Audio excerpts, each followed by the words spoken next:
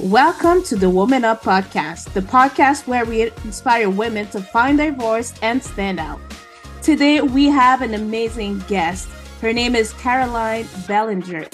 She is a passionate life success coach, inspirational speaker, business coach, and creator of Be the Impossible, the recent winner of Australian Small Business Champion Personal Counseling, multiple international Stevie Awards, the Gold Coast, a Woman of the Year Wellness Warrior, and National Role Award Best Advocate for Mental Health.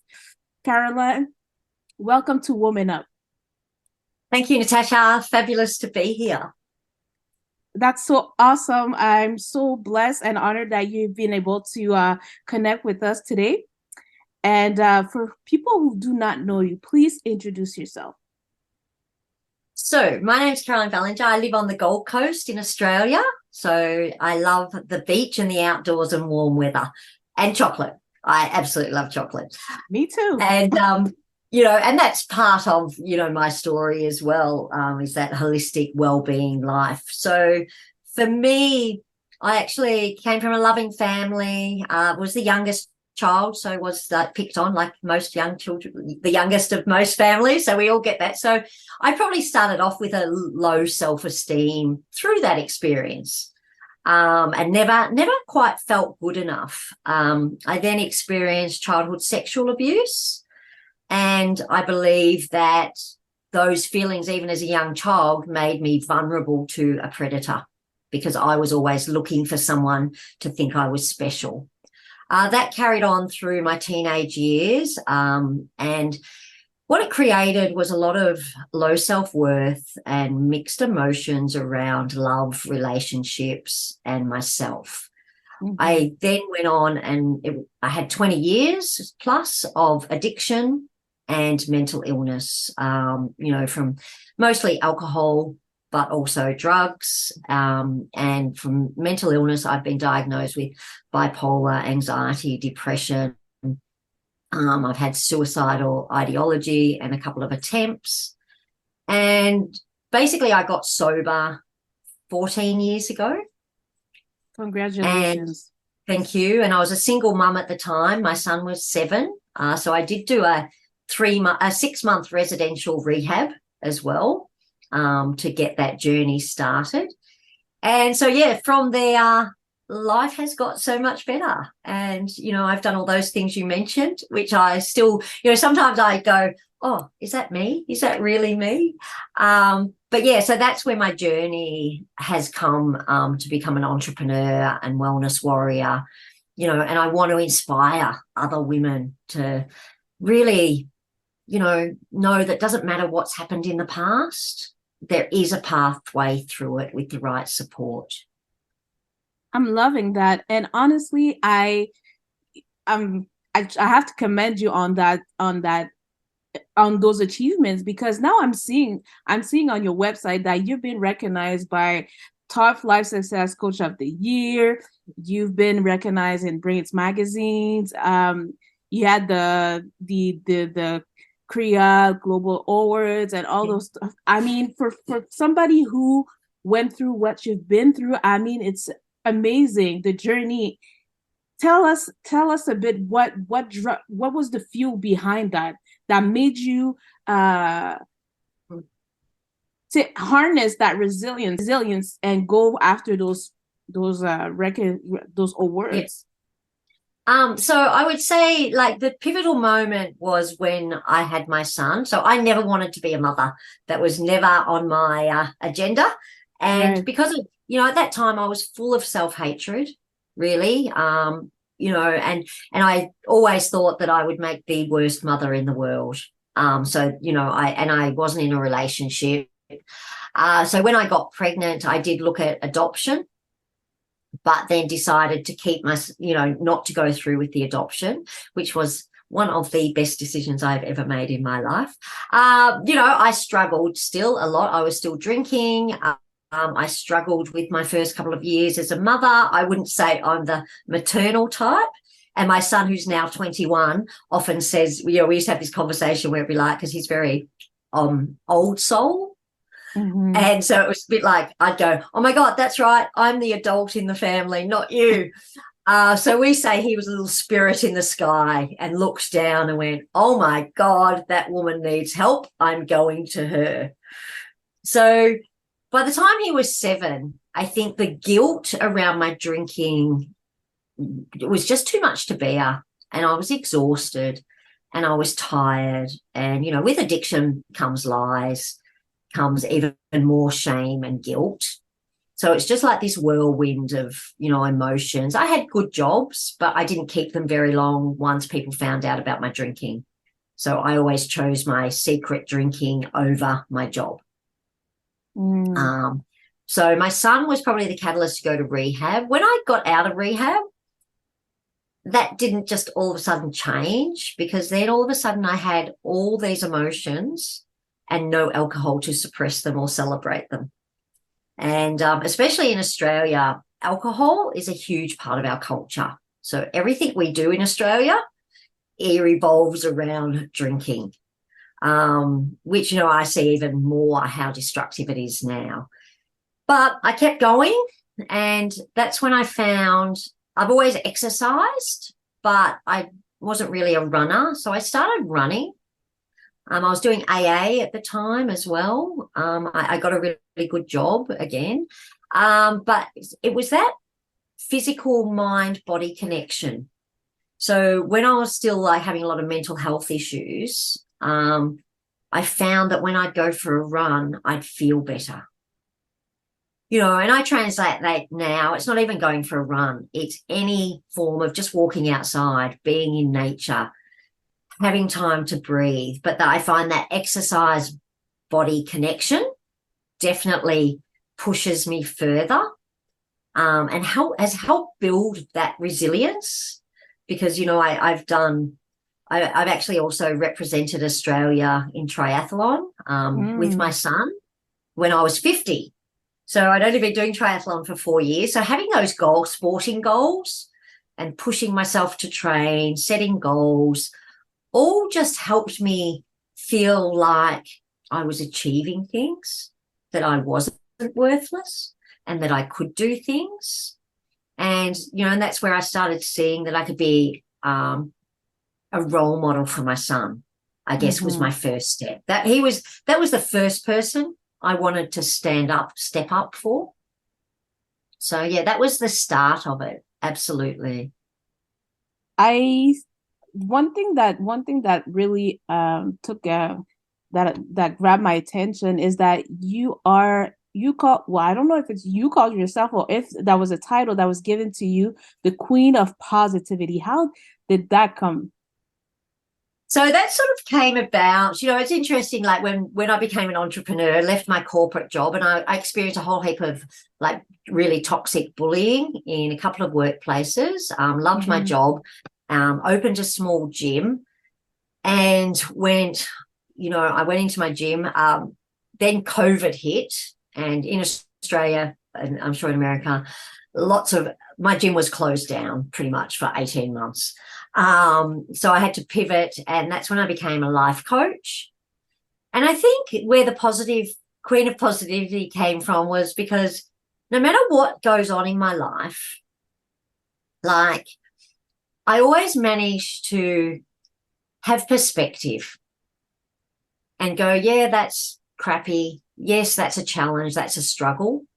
But I get to choose whether I'm going to be happy. Mm-hmm. And I've learned to make that a choice. Do I sit on the couch and have my moments where I cry and eat chocolate and, despise the world? Yes, absolutely. Because I think, you can't, and this is the thing, they talk a little bit about toxic positivity. And that's when you're being positive and not acknowledging that, maybe crappy things are also happening. And it's okay to experience all emotions. And what I've found is the quicker I can experience those emotions of anger, frustration, and get them out of my system, the more I can reframe and go, okay, how do I want to be now? How do I want to show up for myself? Is being grumpy and cranky helping me? And, I also would put in there is, again, my obligation.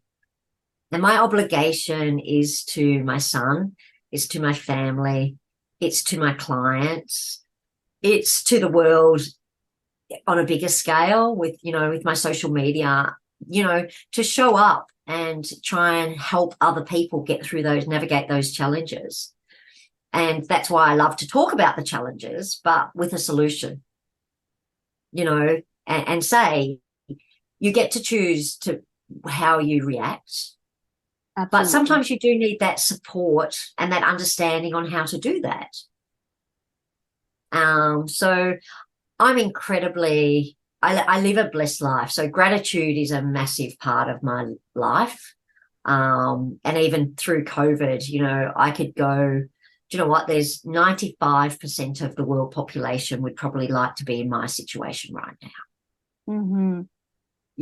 Our place of privilege and acknowledging that and going, like, if I've got all these opportunities still around me, then, I can't be miserable about things that go wrong. I just need to find a solution on how to move forward. So, yeah. Totally. But how do you stand, or what role do personal affirmations play in building and sustaining self-esteem? And do you have any favorites that you recommend? Yep. I would say, step one for me is always awareness, and acknowledging, maybe our weaknesses. It's okay. And being okay with that. I know that I can be a little bit still addictive in nature. I can be a bit OCD and I get on that rumination path. I know that about me and I'm okay with that. So being okay with yourself, regardless of the situation. I have a saying where, I say, you are enough exactly as you are right now, right here, right today. Acknowledge that. And then, then use the strategies of reframing your mindset. So when those thoughts come up that maybe don't serve you, go, okay, how can I change that thought? Or what else do I need to do physically in my life? Whether that's boundaries, saying no, exercising, surrounding yourself with positive people, going after your goals, then do the physical things. But I think being okay with ourselves is really the crucial step, because we can do all those strategies, but if we're still being judgmental and critical of ourselves, it's harder to make the change. Right. Can you share a success story from one of your clients who experienced a remarkable transformation in their self-esteem? Yes. I've got quite a few, but one that sticks to mind for me is a client who came to my gym. So I came through my gym, and I had known her outside of that. And she had a lot of, in the past, addiction, body image problems. And one thing I do know from being in the fitness industry when I first got in was I didn't like it. I don't do diets. I don't do let's lose weight quickly. I don't do, body image. Supplements, all of that. I'm again, start loving yourself. So over time working with Kim, I got her to just be comfortable with herself. And we went, we then did I do NLP and hypnosis. So we had a few sessions coaching through that where we looked at, what behaviors have come from her childhood trauma. And one thing, because a lot of, worldwide, 1 to 5 women are sexually abused before the age of 16. And yet we don't talk about it. Still taboo. And I'm just, so I'm always talking about it. If I've got a platform, that's the first thing I say, because I want everyone in the room to know that that's the statistic.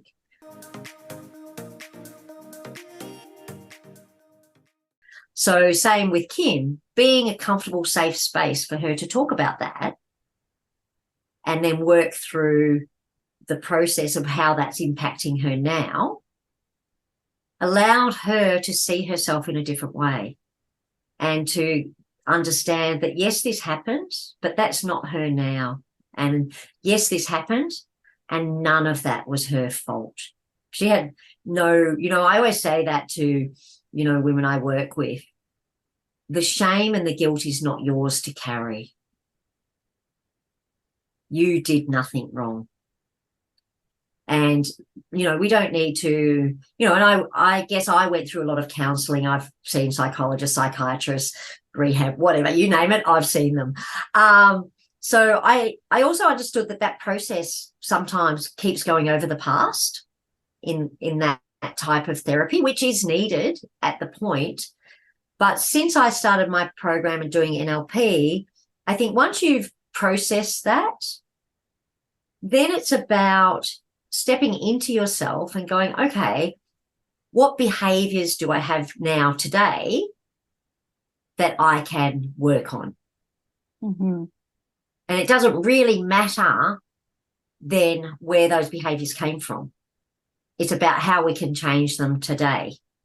Right. And start focusing on future and hope and goals and, being comfortable with who we are today, regardless of what's happened. So, yeah, Kim has since gone on. During that time, she was struggling with finishing a master's degree at uni. We got her through that, and that was all self-sabotage. She wanted to give up, but again, that was just self-sabotage. And so we pushed through that. She now is working in a dream job with helping people with addictions and young people, which she's always been passionate about. And she was at my boot camp this morning. She's like a change from this amazing, confident woman who has control over what she wants in her life and is not scared to ask for what she needs, because that's the other thing when we've come from that space. And I was the same, the people pleaser, not wanting to upset anyone else, always just saying yes. And now Kim can be really assertive about what she needs. That's amazing. That's what brings me joy in my life. That's what makes me happy when I see women go from having no confidence or low self-esteem to loving themselves and accepting themselves and being able to ask for what they need to make their life the best it can be. I'm loving that. That's so inspiring. And I wish this message could expand and we could have that work have a bigger impact, because I've had to rely on NLP coach, and you know what, she worked me through some stuff, and there's something that you said about process, which I was not introduced to that, and I didn't know that, but the way it was brought to me is just that a reframe strategy. Yes. So talk to me about the process. Yeah. So there's a couple, with that, there's a couple of different ways to do it, but in essence, it's very subconscious, because a lot of what we do is subconscious, and so we don't always know that's where it comes from. We think it's our conscious brain, but really it's the influence of our subconscious on our conscious. So with NLP and hypnosis, we can go back into the subconscious to change the way we perceive what happened. Mm-hmm. And then using those changes, there's things like timeline therapy where you can go back to a moment in time, and we're always very careful of stepping out so that you're not in that, especially with someone with, a trauma. And then working out ways where we can look at that from a different perspective. And then using that perspective that's more positive to then imagine how that would be in a future situation. and how that would change our life doing that. So that's the NLP. There's also more the cognitive behavioral therapy, which is more having the thought, understanding the whole belief, thought, action, and understanding that, our beliefs come from our core values, and how we can reframe those beliefs. When we reframe those beliefs, a good one example I always use for me, a big one was, I'm not lovable. So, the minute anything would go wrong, and it wouldn't even be related to love or relationships, but if something went wrong in my life, I'd go through this negative process and I'd end up at, I'm not lovable. So then I had to sit and go, okay, why do I think I'm not lovable, and list the reasons? And then what's the opposite of that? And I go, my son loves me, my family loves me, my friends love me, my cat loves me, so rationalizing that thought. Then when I have that thought of I'm not lovable, changing it taking time to pause and reflect, and changing it in my mind. So to to then have a positive reframe. Now, that doesn't happen overnight, and even now I would say I'm really great at doing that, but I still have my moments where, especially if I'm tired and vulnerable, that little voice creeps back up and just sits there, and I'm sort of like, now I'll go, oh yeah, okay, you've been away for a while. Not today. I'm too busy to deal with you. I've got really much better things to do with my life than have to listen to that negativity. So then moving on. So, yeah, it's about, not allowing ourselves to stay stuck in that negative thought for too long, because when we stay stuck, we start spiraling backwards, and it's harder to stop then. But, and I use meditation as well, although I'm not very good at it in that context. Like, I have a million things going on in my brain, so I do struggle with it, but that doesn't stop me doing it. Yeah, I do too. I have I think I have a never ending hamster in my head too. You touched based on goals. Do you think there's a connection between self-esteem and the ability to set and achieve goals? If so, how can women effectively set empowering goals? Okay, yeah, absolutely.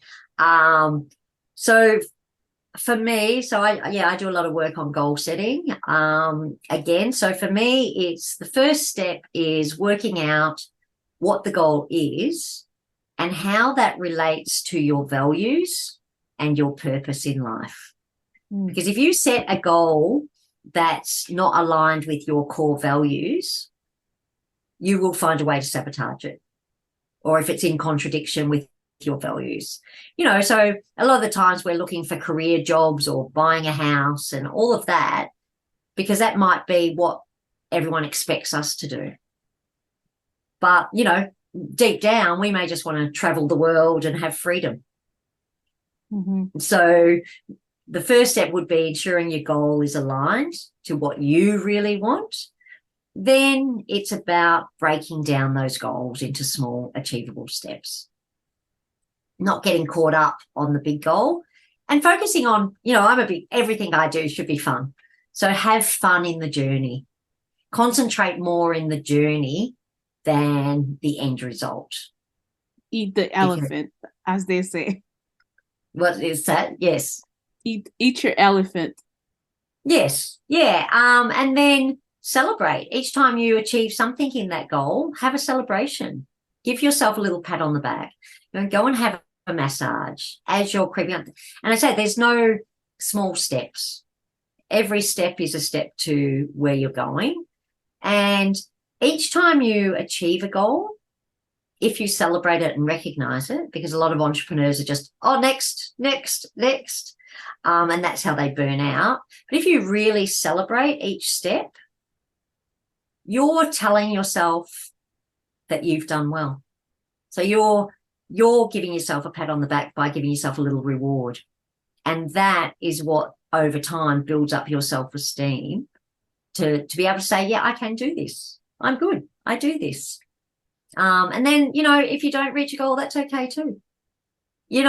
Life is full of changes. I think my big thing on that, and especially with goals and not reaching them, is be okay with that. I think every experience in life is an opportunity to learn, and everything happens for us, not to us. Mm-hmm.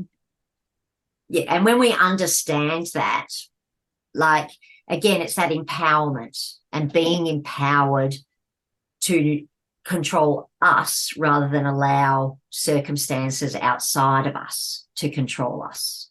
And to me, that's the secret of true empowerment.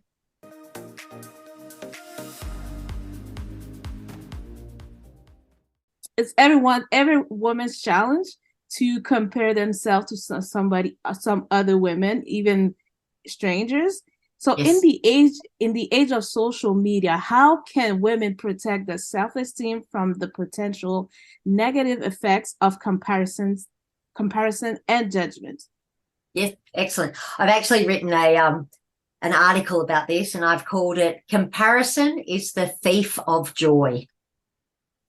So I would say, joy, and I think the more, and it's not even about the comparison, it's actually comparison. When you compare yourself, that's actually a byproduct of low self-worth